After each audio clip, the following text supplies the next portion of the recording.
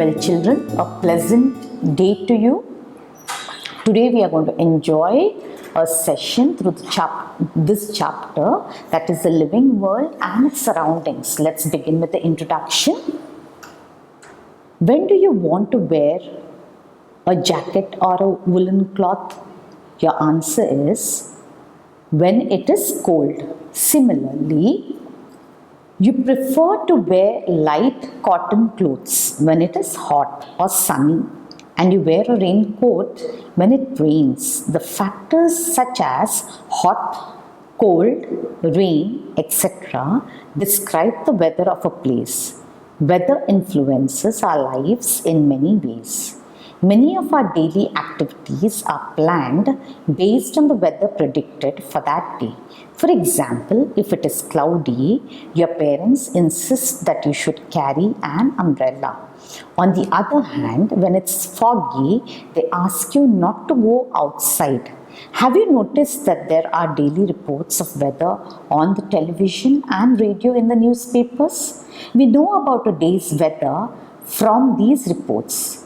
In this chapter, you will learn about weather, climate and their effects, soil, its formation, different types of soil and vegetation. Okay, now let's start with the weather. Weather means the day-to-day change in temperature, air pressure, moisture, wind, cloudiness, rainfall and sunshine. Such changes occur due to the movement of air in the atmosphere and the transfer of heat and moisture from one part of the Earth's surface to the other.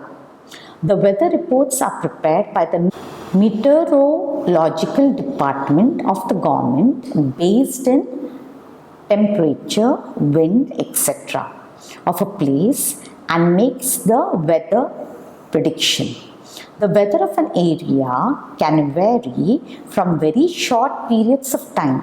For example, it is sunny in the morning and suddenly it becomes cloudy and starts raining.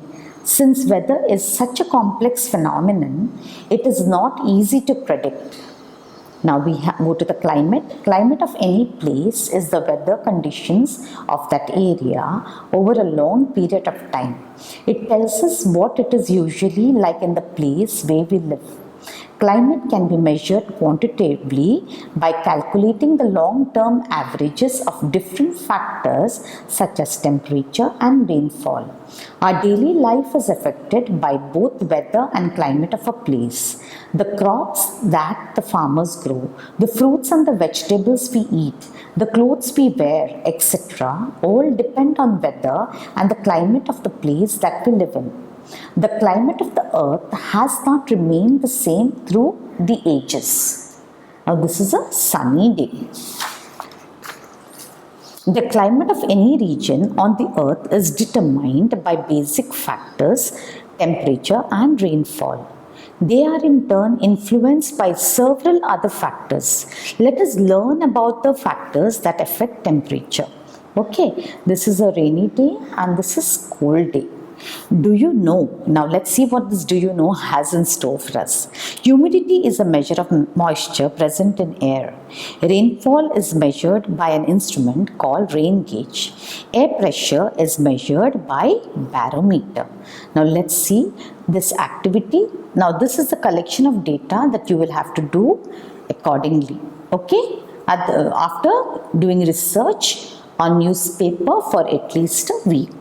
Now, factors that affect temperature. Latitude, elevation and ocean currents are three natural factors that affect temperature at a particular location. The extent to which these factors influence climate varies from place to place. Now, these are in figure 7.5. These are the lines of latitude. Okay, children? These are the lines of latitude. This is the North Pole, this is the South Pole and this is the equator. And these are the lines of latitude. Latitude is the distance place of a north or a south of the equator. It is measured in degrees. The Areas close to the equator or 0 degree latitude receives the direct rays of the sun. Therefore, these areas have a warm climate. On the other hand, the areas far from the equator receive less heat from the sun.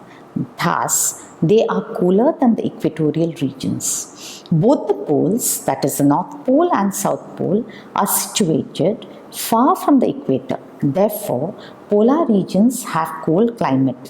Farther from the equator, the sun's rays are slanted. So, climate is cooler in latitudes that are located farther north and south of equator. Now coming to the elevation. Elevation is the height of a place above the level of sea. As elevation increases, air becomes less dense. Less dense air means it contains fewer gas molecules and these are spread farther apart. Less dense air cannot hold as much heat as contained by denser air. So as the elevation increases, temperature decreases. The temperature at the top of a mountain is very much lower than the temperature at sea level. Now, next we proceed to the ocean currents. The surface temperature of water affects the temperature of the air about it. There is a continuous flow of currents in the oceans. Some ocean currents are warm while some are cold. Warm water current makes its surrounding air hot, whereas the cold water current makes its surroundings cold. Therefore, the part of land which is close to the warm water currents has warm climate. On the other hand, the land areas near cold water currents have cold climate. Ocean currents traveling away from the equator are warm water currents, and those traveling towards the equator are cold water currents. Okay, so now we can understand the ocean currents through this figure given here. Alright, now let's move to the factors that affect rainfall. The two natural factors that affect rainfall of a place are winds and the presence of mountain ranges. The effects of these factors vary from place to place. Winds have a great influence on the climate of regions in their path. Different prevailing winds carry different amounts of moisture. The amount of moisture affects the amount of rainfall in a place. Winds that blow from the sea to land often bring rain to the coast and dry weather to the inland areas. Then we have the mountain ranges. A mountain range acts as a barrier to winds. It causes air to rise towards its slope. As the air rises up, it cools down. So the moisture in the rising air falls on the earth's surface as precipitation. Okay. As a result, the windward side, that in the figure 7.8 of a mountain on the side facing towards a moist wind receives a great deal of rainfall. The region on the windward side of a mountain has a wet climate. On the other hand, the leeward side of a mountain or the side facing away from the wind receives lesser rainfall. By the time the moist wind reaches the top of the mountain, it loses most of the moisture in the form of rainfall. As a result, there is little precipitation on the leeward side of a mountain. See about Evangelista Torricelli. He was born in the year 1608 and lived up to 1647. Italian mathematician and physicist Evangelista Torricelli discovered the principle of barometer. He was born in Faenza, which is in Italy, and moved to Florence to assist the astronomer Galileo. Torricelli filled a tube 3 feet long, glass tube with mercury and set it vertically with the open end in the basin of a mercury. He took care that no air bubbles could get into the tube. The column of mercury invariably fell to about 28 inches, leaving an empty space in the glass tube. This empty space is known as Torricellian vacuum. Torricelli realized that the variation of the height of mercury column was caused by atmospheric pressure. This experiment was turning point of invention of barometer. Torricelli built the first mercury barometer in 1644. He also solved some of the great mathematical problems of the day, such as finding of the area and the center of gravity of a cycloid. Now let's go further to the adaptations in animals. You now know that places closer to the equator are warmer than places closer to the poles.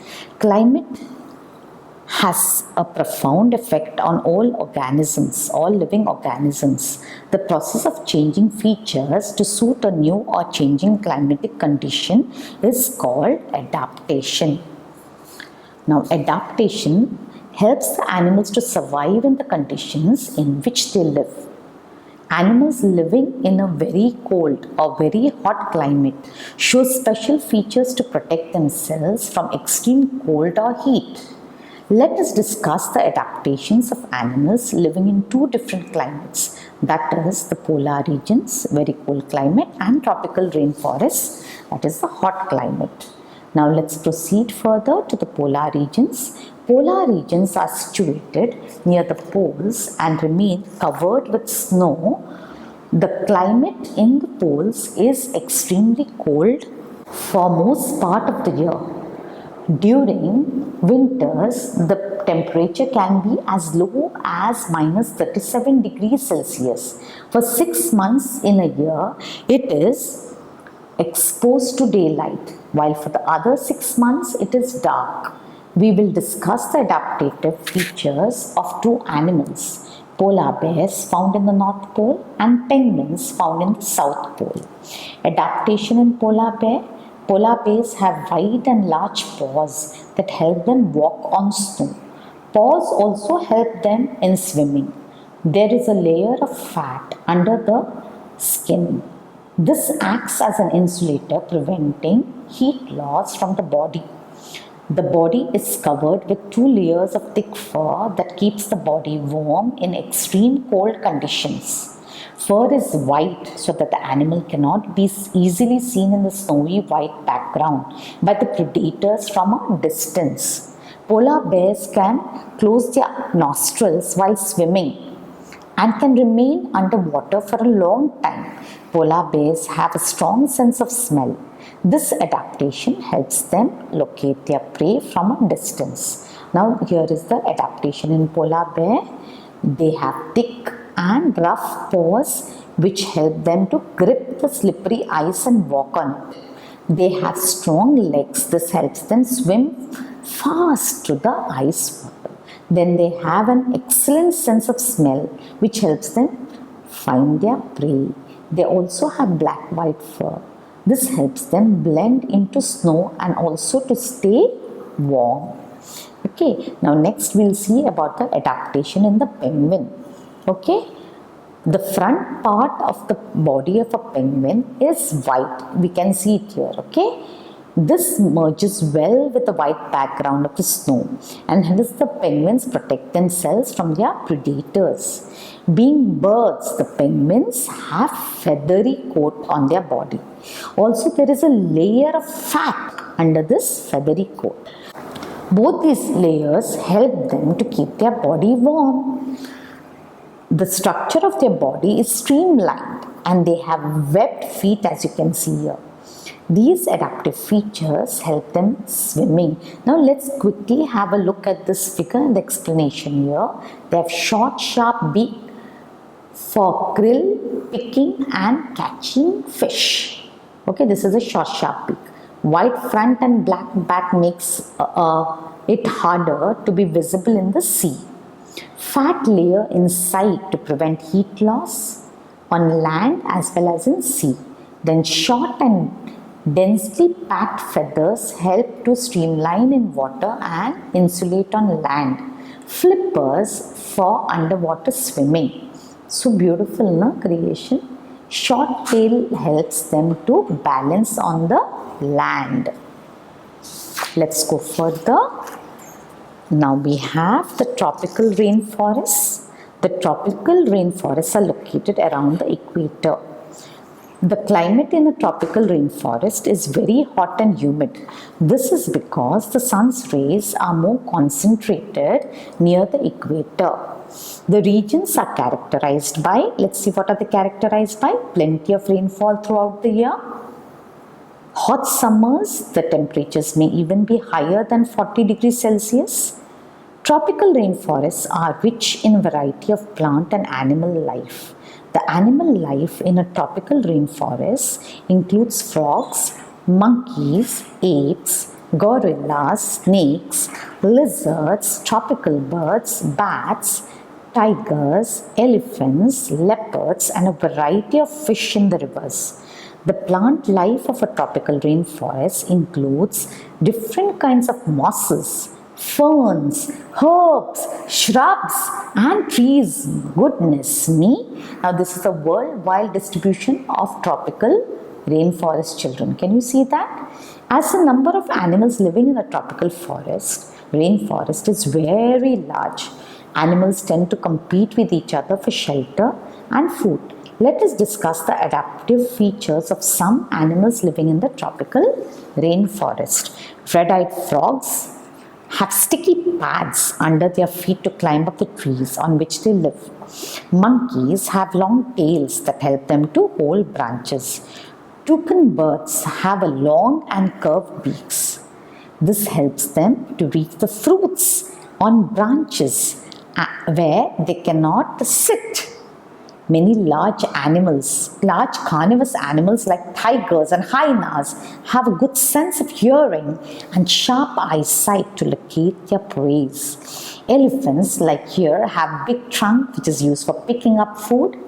Their tusks are modified teeth which are used to tear the branches of trees, which they eat. They have large ears which enable them to hear even the feeble sounds. Now, this is a toucan bird, excellent in hearing. They have a smaller body, sharp eyes, bent beak, developed voice for mimicking. Now, children, you should hear the toucan bird's voice. It's very interesting. Okay, then strong toes, tail for balance, and large wings. Isn't it beautiful? This is of course, a huge elephant. These are its tusks and this is a trunk. And elephants are two beautiful animals, children. Let's go to the desert. You know that the desert is hot, definitely, dry area of land with very few plants. Animals living in the desert adapt themselves to scarcity of water as there is little rainfall every year. Let us discuss the adaptive features of the desert animal, that's the camel. Adaptations in camel. Camels store water in their blood for future use. The hump of a camel stores fat, which is a source of food. A camel can go a week or more without even a drop of water. It can also survive for several months without food. Sweat glands are less in camel's body. This helps to prevent water loss. Camels excrete concentrated urine to conserve body water. Camels have wide feet with thick soles, which help them to walk effectively on sand. Eyelids of camels are transparent and cover the eyes to protect themselves from sandstorm. Unlike most mammals, a camel can withstand body temperature fluctuations throughout the day from 34 degrees Celsius to about 42 degrees Celsius. Now, this is the picture or a figure of a camel. These are its white feet and this is the hump. Okay, children, do research on all these lovely animals that you see. Okay, now let's go further to the soil. The top layer of the earth where plants grow is called the soil. It is formed over a long period of time. There are different types of soil. Soil contains minerals, organic materials from the remains of dead plants and animals, and moisture. An ideal soil for good harvest should have about 45% mineral, that is, mixture of sand, silt, and clay, 5% of organic matter, 25% of air, and 25% water. Let's move further. Soils are dynamic and change over a period of time. Temperature and water content of soil change very quickly, whereas mineral transformations in soil occur very slowly over hundreds or thousands of years. The amount of water in soil is closely linked with the climate of the region. The amount of water in any type of soil can affect the amount of air trapped in the soil. Wet soil like that present in the wetlands contains very little air. The type of plants growing in a particular type of soil depends on the composition of soil. Thus, soil composition indirectly influences the animal life living on it. Okay, now this is the figure of the soil composition by volume. We can go through it here very clearly. Okay, this is 45% of mineral, 20 to 30% of air.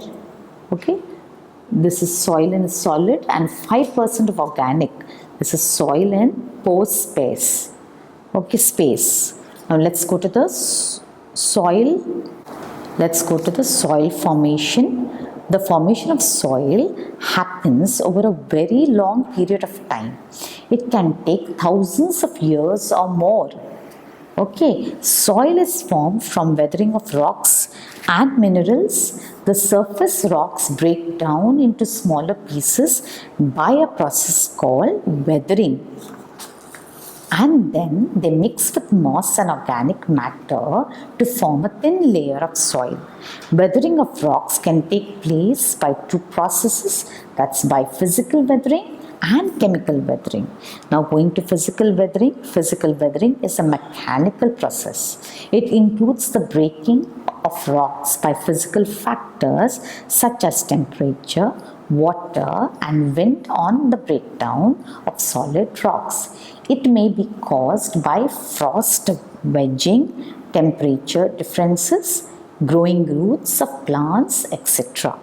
Now let's go further to the chemical weathering. Chemical weathering is a process in which the composition of a rock changes through chemical processes. The simplest chemical process is the dissolving of a rock. This may cause by acidic rain. Now let's see what this do you know has in store for us. It takes more than 500 years to form just 2 centimeters of topsoil. Goodness me. 10 tons of topsoil spread evenly over a hectare of land comes out to be as thick as €1 coin. Soil stores around 10% carbon dioxide. Just 1 gram of soil contains 5,000 to 7,000 different species of bacteria.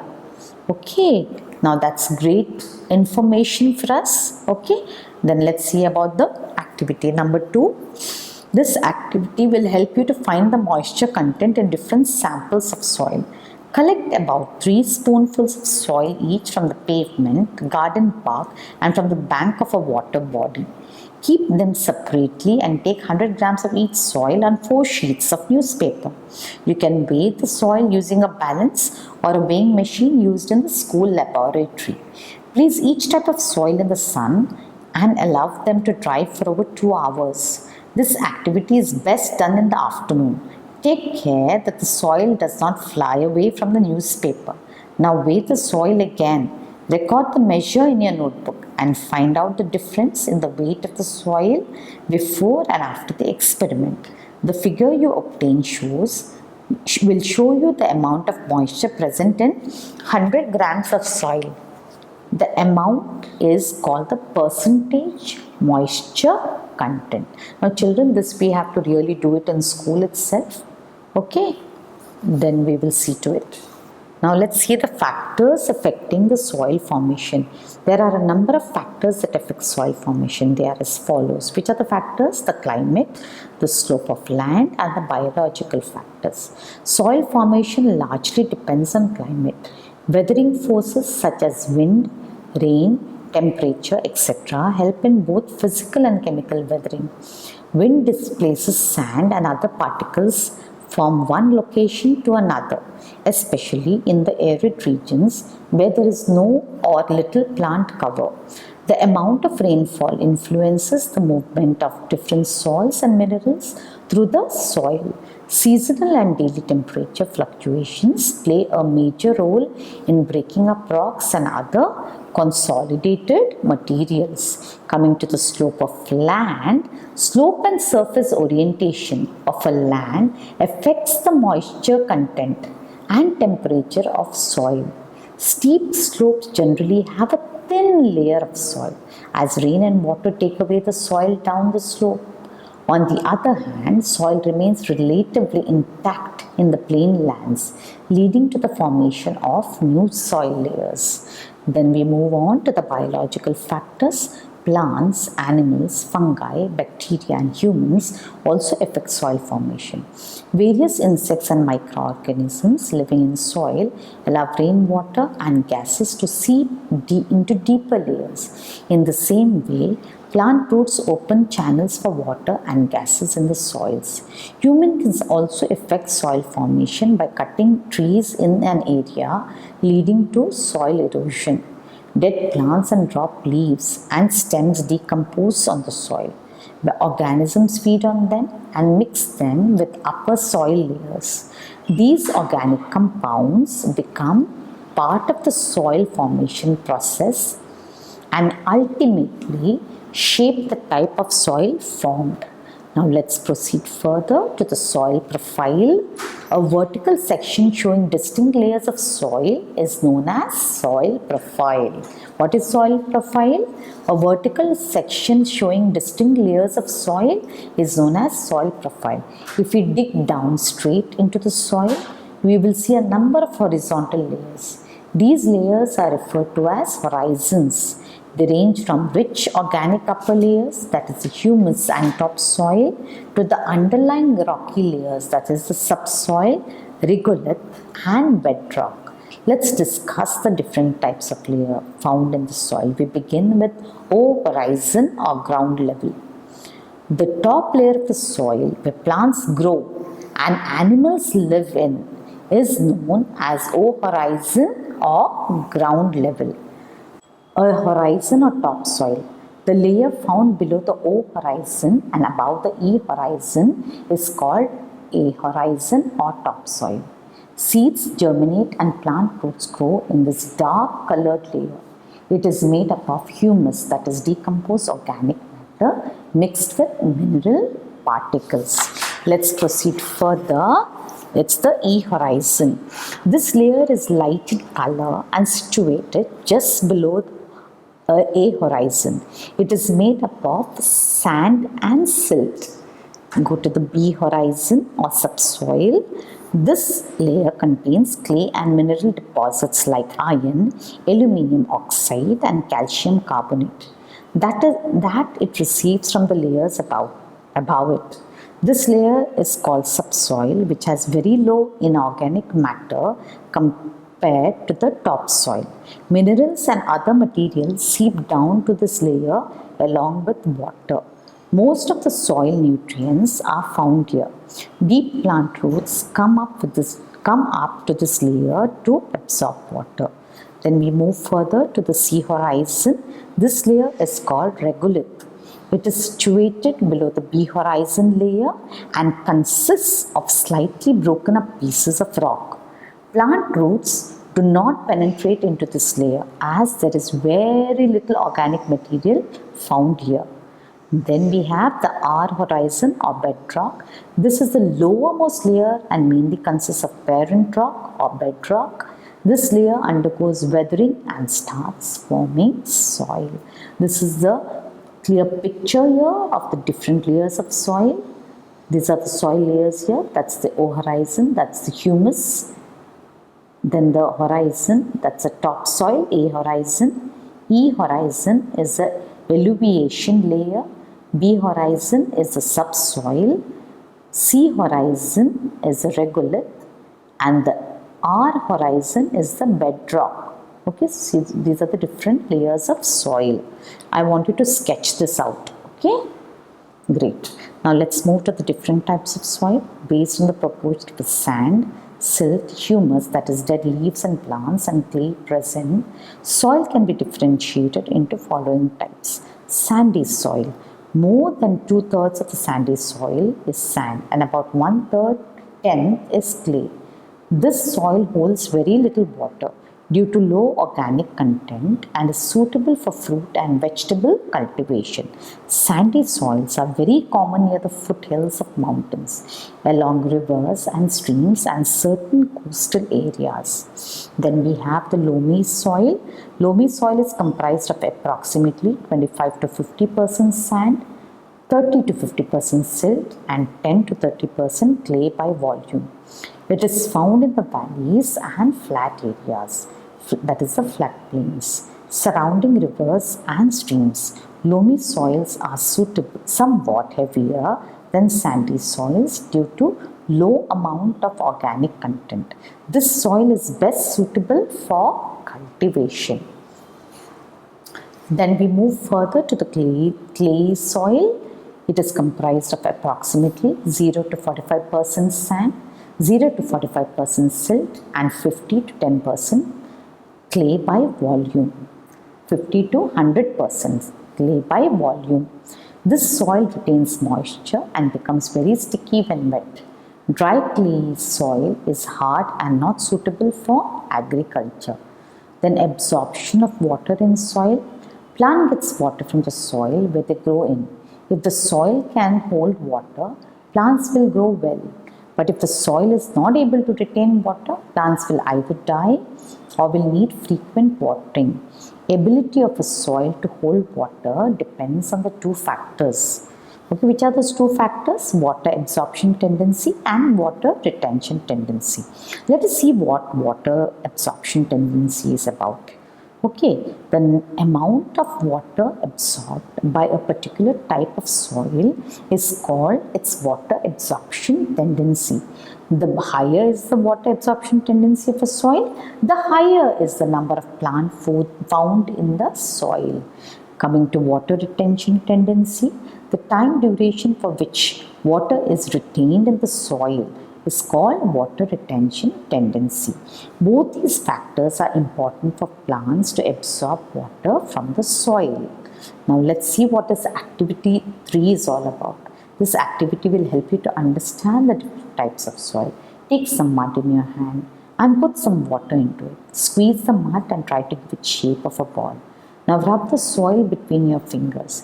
If you have sandy soil, you will not be able to make the ball and it will fall apart when rubbed between your fingers. But if you have loamy soil, your ball will be smooth and can be crumbled easily. If you have clayey soil, your ball will be smooth and sticky. It will bend when pressed between the fingers. Clayey soil requires more pressure to form a ball, but the ball does not crumble easily. I think this you can try, children. Okay, let's move further.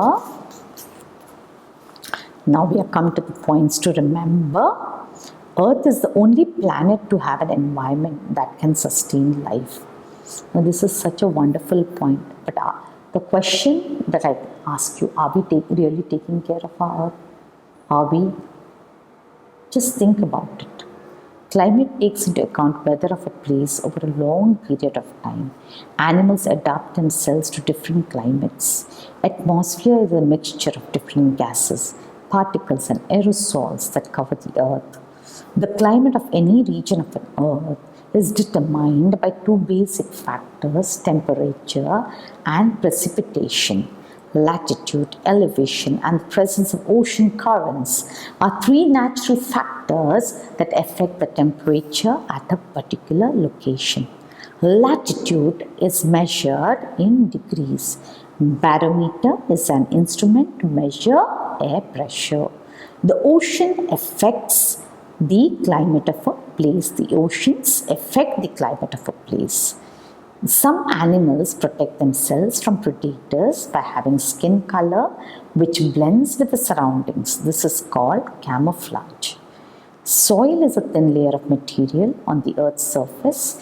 It is made up of many things such as broken up pieces of rock and decayed plant and animal matter. Soil is formed slowly through weathering of bedrocks. Soil is made up of distinct horizontal layers.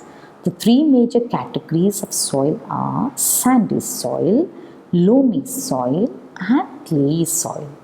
Now let's go to the important definitions. What is atmosphere? It is a mixture of different gases, particles, and aerosols which envelops the earth. What is latitude? Latitude is a distance of a place north and south of equator. What is elevation? The height of a place above the sea level. What is windward side? The side of the mountain facing towards the wind or the rain. What is leeward side? The side of the mountain facing away from the wind or the rain. What's migration? The seasonal movement of a complete population of animals from one area to another. What is camouflage? The method of concealing someone from an enemy by making it appear to be a part of the natural surroundings. What is regolith? The layer beneath the B horizon and above the R horizon is known as regolith. What is weather? The day-to-day condition of the atmosphere at a place with respect to the temperature, humidity, rainfall, etc. What is climate? A weather condition considered over a long period of time. What are polar regions? Extreme cold regions situated near the poles, that is the North Pole and the South Pole. What are tropical regions? Very hot regions located around the earth. Now children, with this we end our journey on the lesson number 7, the living world and its surroundings. Hope you had a nice time. See you soon for the next class. Thank you.